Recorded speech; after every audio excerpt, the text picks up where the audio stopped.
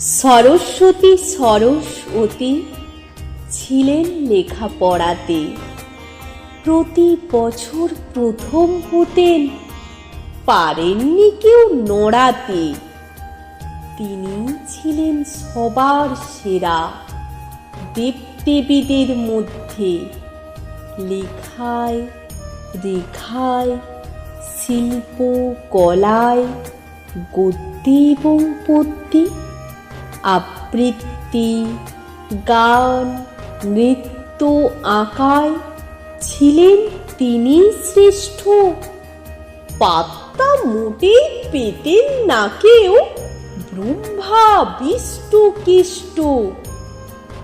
শান্ত শিষ্ট ছিলেন ভীষণ, ছিলই না তাই ঝক্কি।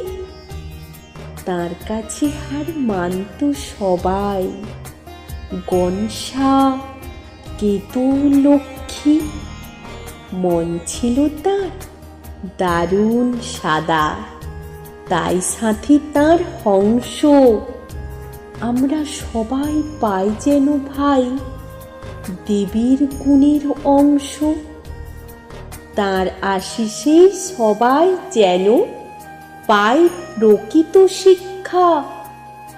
মানুষ সবার মন্ত্রে আবার হোক সকলের দীক্ষা।